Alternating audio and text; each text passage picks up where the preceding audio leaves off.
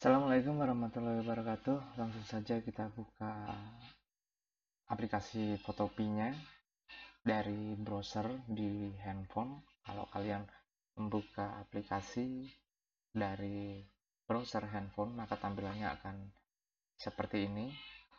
Jadi ada beberapa perbedaan kalau kalian membukanya di handphone dengan di tablet atau layar yang lebih besar. Yang pertama, perbedaannya yang paling mencolok adalah untuk icon-icon dari tools-toolsnya ini untuk handphone, karena layarnya nggak seluas di tablet atau di PC atau di laptop. Jadi tool-toolsnya ini semuanya diminimalkan, semua ada yang nggak semuanya dimunculkan. Untuk memunculkannya kalian perlu klik dan tahan, maka akan muncul beberapa tools yang disembunyikan tadi, seperti ada bagian move tool. Ini ada move tool dan artboard tool dan lain sebagainya. Seperti contoh saya menggunakan mau mencari pen tool, ini ada di text tool, type tool. Jadi type tool ini semuanya ada dari pen tool sampai ke shape. Terus kemudian di hand dan lain sebagainya ini ada semua di sini. Oh ya, satu lagi, untuk Fotopi ini sekarang ada pemberitahuan, sebenarnya udah dari kemarin, udah ada sekitar 1 minggu, yaitu pada bagian pojok kiri bawah ini ada virtual keys. Ini adalah keyboard virtual yang sangat berguna, apalagi untuk beberapa seleksi seperti pen tool. Ini sangat berguna. Jadi kalau ini diklik, ini ada tombol Ctrl Alt Shift dan no touch. Jadi yang dari kemarin ada kesusahan dalam pembuatan mockup yang harus menggunakan keyboard, sekarang udah nggak usah nggak usah nggak ada kesulitan lagi, karena virtual case-nya sudah dimunculkan dari developer. Ini terbukti developernya sangat-sangat peduli sama pengguna ya. Terus kemudian yang paling dikeluhkan kalau untuk pengguna handphone adalah ada layernya di mana gitu. Layernya ada di sini. Layernya ada di bagian ini. Ini adalah layer. Jadi kalau kita uh, new kemudian create, ini layer ada di sini. Ini adalah layernya. Terus kemudian untuk menampilkan semuanya ada di sini. Kalian tinggal scroll ke bawah aja, layernya ada di bawah. Dan semuanya menu-menu ada di sini. Nah, kalau nggak mau kesulitan, saya sarankan kalian memakai tablet. Nah, untuk tampilan tablet seperti ini. Ini adalah tampilan untuk layar yang lebih lebar seperti tablet, kemudian eh, laptop. Semua tool ditampilkan, biarpun beberapa tool juga ada di sini tapi disembunyikan menurut grup-grupnya sendiri, jadi kalian lebih mudah memilihnya. Terus untuk layer-layer juga, bagian kanan layar ini semuanya juga lebih lebih lapang. Nah, kita mulai dari menu yang atas. Ada file, edit, image, layer, select, filter, view, window, more, account, terus kemudian icon search dan icon full screen. Ini juga ada di tablet dan handphone, semuanya ada. Langsung saja, pada kolom file ini ada new dan open. Apa bedanya? Kalau open ini adalah membuka gambar yang ada di device kita. Tapi kalau new ini adalah membuat lembar kerja baru, bisa lembar kerja kosong. Di sini sudah ada template-templatenya. Terus kemudian kalau mau lembar kerja yang disediakan oleh dari Fotopi ini sendiri, templatenya juga sudah ada. Kalau kita menggunakan pada template kosong yang ada di sini, mungkin IB event image, kemudian klik create. Nah, di sini hanya ada satu layer, satu lembar kosong saja. Beda halnya kalau kalian membuka pada new, terus kemudian di sini yang disediakan template. Nah, di sini sudah ada beberapa layer yang disediakan. Kalian tinggal edit-edit saja. Itu bedanya new dan open. Kemudian open and place. Open and place ini adalah memasukkan gambar dari device kita ke lembar kerja yang telah kita bikin. Jadi kalau kita ingin memasukkan satu gambar ke dalam layar lembar kerja kita tinggal open and place dan masuk gambarnya. Kemudian klik OK. Kemudian dari file lagi ada save PSD, PSB, export as. Ini adalah untuk menyimpan gambar yang telah kita bikin. Jadi kalau kita save as PSD, jadi kita menyimpannya file ini dalam bentuk PSD. Suatu saat kalau kita masukkan gambar itu ke dalam Photopea lagi, maka layar-layar akan tersusun sedemikian rupa seperti ini pula. Tapi kalau kita mengekspor sebagai PNG, JPG, SVG, GIF dan lain sebagainya yang ada di sini, maka gambarnya ya seperti ini. Langsung ke bagian edit. Edit ini ada undo and redo. Undo and redo ini adalah melakukan pembalikan pengulangan kesalahan yang kita bikin satu kali. Jadi semisal seperti ini. Saya mau bikin satu kesalahan. Misal cek oke. Nah, saya membuat satu kesalahan misal coret-coret seperti ini. Kemudian saya mau membalikannya lagi, menghilangkannya lagi, maka saya bikin undo. Kemudian kalau mau memunculkannya lagi, saya bikin redo. Maka kesalahan tadi, coret-coretannya tadi akan muncul lagi. Nah, undo lagi, hilang lagi. Tapi bagaimana kalau kita melakukan kesalahannya secara beruntun, misal satu coret, dua coret, tiga coret, seperti itu. Maka yang dilakukan bukan undo dan redo lagi, karena undo dan redo itu hanya satu kali saja, nggak bisa 3 kali. Maka yang kita lakukan adalah step backward. Step backward ini bisa sampai dengan 30 kali, 30 history kesalahan yang kalian bikin. Kalau mau lebih dari 30 kali, di sini ada account, kemudian kalian bisa berlangganan dari $9 sampai dengan $400, itu bisa menggunakan history 60 kali. Baik, lanjut ke bagian tools-tools yang ada di sebelah kiri layar. Di tools sebelah kiri layar ada tools yang di urutan pertama ada namanya Move Tool. Move Tool ini dia fungsinya sangat simpel, yaitu memindahkan gambar. Namanya Move Tool berarti dia untuk memindahkan gambar yang ada dalam kanvas. Ingat, gambar yang ada dalam kanvas. Atau bisa dibilang Move Tool ini untuk memindahkan layer, gambar satu layer. Misal seperti ini. Ini di sini saya punya 3 layer. Layer background, layer 1 yaitu layer yang berwarna merah ini. Terus kemudian saya punya layer kosong. Kalau mau memindahkan layer yang berwarna merah ini, tinggal klik pada layer berwarna merah, kemudian pilih Move Tool, dan kita tinggal memindahkannya. Untuk zoom in, zoom out-nya pakai View, Zoom Out, View, Zoom Out. Atau untuk zoom in-nya pakai Zoom In. Kalau kalian pakai mouse, kalian bisa klik pada bagian virtual key, kemudian klik Alt, dan kemudian pada mouse kalian tinggal scroll up, scroll down. Mudah. Untuk jangan lupa mengembalikan Alt-nya dan virtual key-nya agar bersembunyi lagi. Terus kemudian di sini ada rectangular select. Rectangular select ini adalah pada dasarnya dia adalah menyeleksi bagian yang kita inginkan. Jadi kalau kita bikin berbentuk kotak seperti ini, ya kotak ini aja yang kita seleksi. Di sini ada dua, ada rectangular select sama ellipse select. Kalau ellipse select hanya beda bentuknya saja. Kalau ellipse select itu bentuknya bulat, kalau tadi bentuknya kotak. Saat kita memilih menu seleksi seperti rectangular select, terus kemudian ellipse select, terus kemudian lasso tool, dan lain sebagainya yang basicnya adalah dia menyeleksi, maka di atas ini ada 1, 2, 3, 4, ada 4 opsi. Yang pertama adalah opsi replace. Bentar. Di sini ada opsi replace, terus kemudian unit, terus kemudian ada subtract, terus kemudian ada intersect. Jadi ketiga ini fungsinya berbeda. Yang pertamanya adalah replace. Replace ini adalah saat kita membuat seleksi di bagian pertama, terus kemudian kita membuat seleksi lagi yang untuk yang kedua, maka seleksi yang pertama ini hilang dan tergantikan sama seleksi yang kedua yang kita buat.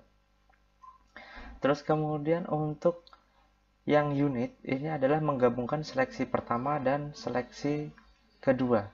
Jadi kalau kita sudah melakukan seleksi yang pertama dan kita melakukan seleksi berikutnya untuk yang kedua, maka seleksi pertama dan kedua ini akan menyatu jadi satu. Untuk subtract ini dia sifatnya adalah mengurangi. Jadi mengurangi dari seleksi sebelumnya yang kita buat. Kalau kita bikin seleksi pertama, terus kemudian kita membuat seleksi berikutnya dengan mode subtract, maka seleksi yang sebelumnya akan hilang sesuai dengan porsi yang kita bikin seleksi yang kedua. Terus kemudian intersect ini adalah membuat seleksi di antaranya. Jadi kalau kita membuat seleksi yang pertama berbentuk kotak, terus kemudian klik intersect dengan seleksi berbentuk elips, maka yang terjadi adalah di antara seleksi itu yang akan dipilih. Di luar itu akan deselect seperti itu. Untuk menghilangkan seleksi ini kita hanya perlu ke bagian select, terus kemudian pilih deselect, maka seleksi ini akan hilang. Untuk membuat, ada satu lagi, saat kita membuat seleksi ini yang kita seleksi adalah bagian dalam dari lingkaran ini, bukan bagian luarnya. Untuk membuat kebalikannya kita hanya perlu select inverse, maka yang dipilih adalah bagian luarnya. Itu saja. Terus kemudian di menu yang berikutnya adalah lasso tool. Lasso tool ini fungsinya sebenarnya sama, yaitu melakukan seleksi. Cuma seleksi di sini untuk lasso tool yang pertama, di sini ada 3, lasso select, polygonal lasso, magnetic lasso. Ini fungsinya sama untuk membuat seleksi. Lasso tool yang pertama adalah membuat seleksi secara bebas seperti yang kita inginkan. Kita hanya perlu menggerakkan mouse dan kursor kita sesuai dengan yang kita inginkan, maka seleksinya terbentuk seperti ini. Terus kemudian untuk polygonal lasso tool ini fungsinya sama juga untuk membuat seleksi, tapi di sini basisnya adalah point by point, titik by titik. Titik pertama, titik kedua, titik ketiga. Untuk menyelesaikannya klik 2 kali, maka akan terjadi seleksi yang seperti kita inginkan. Pada magnetic lasso tool ini perbedaannya adalah magnetic lasso tool dia secara otomatis dia akan memilih suatu objek yang kita kehendaki. Jadi seperti ini, saya punya gambar orang, terus kemudian saya pilih magnetic lasso tool, maka kita bisa lihat benar-benar seperti magnet. Tinggal klik, dia secara otomatis akan membuat titik by titiknya sendiri. Tapi kalau sudah seperti ini, kita tinggal klik bagian sini, kemudian klik bagian sini. Kalau kita sudah klik bagian sini, maka dia secara otomatis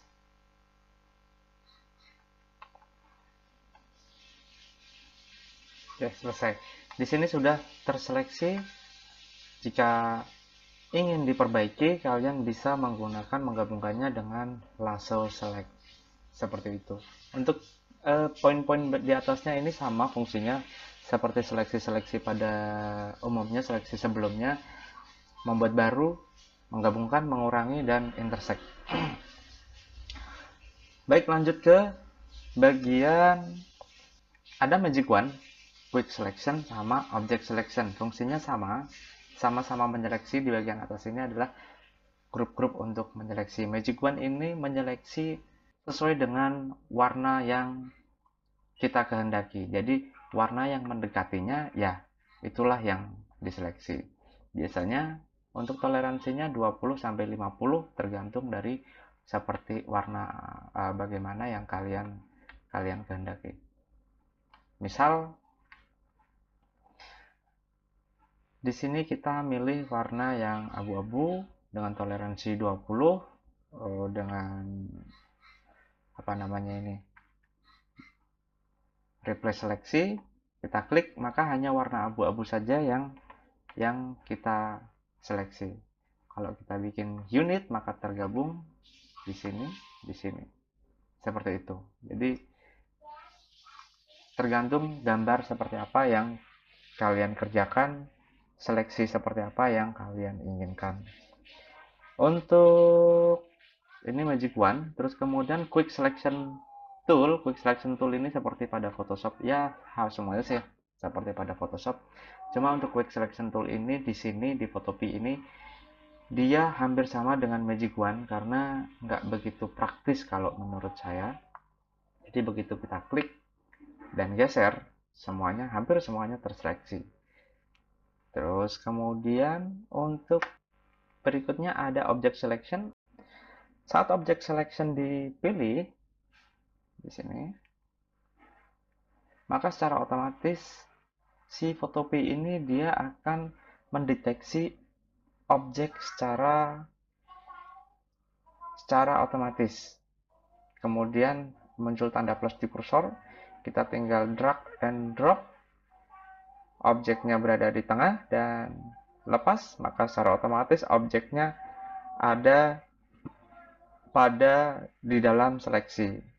Kemudian yang berikutnya adalah crop tool. Crop tool di sini adalah memotong kanvas. Jadi bukan memotong gambar, yang memotong gambar juga. Kalau memotong gambar berarti dia kalau memotong kanvas secara otomatis dia akan memotong gambar. Ingat di sini hanya memotong kanvas. Jadi kanvas yang kita kerjakan nantinya itu akan berubah ukuran sesuai dengan seberapa yang kita potong. Kalau kita memotong seperti ini, maka seluruh kanvas itu akan berubah ukuran seperti yang kita crop. Sekarang pada bagian perspektif crop. Perspektif crop ini adalah fungsinya sama untuk crop kanvas, untuk memotong kanvas, tapi di sini berbentuk perspektif. Di sini saya ambil contoh bentuk bangunan ini. Kemudian saya potong sedemikian rupa di bagian sampingnya sehingga akan terbentuk mengikuti dari kontur bangunannya. Gini ya.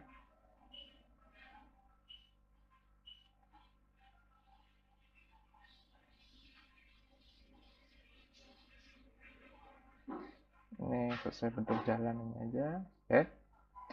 Seperti ini, kemudian klik OK. Maka perspektifnya akan berubah dan terpotong seperti yang kita potong tadi. Itu adalah perspektif crop tool. Terus kemudian untuk selain dari perspektif crop tool, di bagian crop tool ini ada yang namanya slice tool. Sesuai dengan namanya slice tool itu dia memotong, men-slice.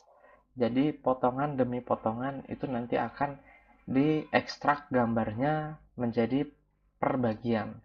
Jadi misal saya mau motong bagian lampionnya, maka nanti gambarnya yang akan disimpan adalah bagian perpotong. Nah, pada Photopea ini, kalau kita memotongnya lebih dari satu gambar, 1, 2, 3, 4, misal pada bagian ini, terus kemudian pada bagian lagi balihonya, ini ada selain daripada slice tool ini ada slice select tool. Ini untuk memilih daripada slice-nya ini sendiri. Misal slice-nya ini akan kita geser ke bagian sini, terus kemudian ini kurang ke tengah bagian sini, ini kurang ke atas, terus kemudian lampionnya mungkin udah oke. Ini pakai slice select tool. Kalau sudah terslice 1, 2, 3, 4, dan 5 bagian, ini tinggal kita file, export as PNG, kemudian save. Ini nanti akan di save secara default sebagai zip file. Jadi secara default akan dikompres. save, maka dia secara otomatis akan mendownload beberapa bagian-bagian gambar ini, potongan-potongan ini dikompres menjadi satu zip file seperti itu. Baik, bagian berikutnya adalah eyedrop. Oke, eyedrop ini adalah untuk mengambil warna yang ada pada bagian gambar. Jadi seluruh gambar di sini kan ada warna hijau, warna merah, warna putih dan lain sebagainya. Kita bisa mengambil warna yang benar-benar sesuai dengan kodenya. Misal saya bikin eyedrop ini, klik aja pada bagian sini, maka warnanya ini akan mengikuti apa yang kita klik tadi. Misal mau warna putih atau warna di sini warna hijau yang ini bisa. Seperti itu adalah eyedrop. Fungsinya untuk mengambil warna. Jadi kode warnanya kita bisa tahu pada bagian sini. Ini adalah kode warnanya. Yang berikutnya adalah ruler. Sini. Di bawahnya eyedropper, di sini ada ruler. Sesuai dengan namanya, ruler ini adalah untuk meluruskan. Namanya penggaris, pasti namanya fungsinya untuk meluruskan. Cara menggunakannya tinggal tarik dari titik satu ke titik berikutnya. Kalau kita ingin meluruskan secara horizontal, maka tarik secara horizontal, secara titik kanan sampai ke kiri. Kalau ingin vertikal berarti dari atas ke bawah. Nah, gambar ini secara orang melihat ini miring, kita tinggal tarik garis secara horizontal, terus kemudian pada bagian atas tinggal straighten layer. Maka gambar secara otomatis akan diluruskan sesuai dengan penggaris yang kita bikin. Dari sini kita tinggal bikin crop.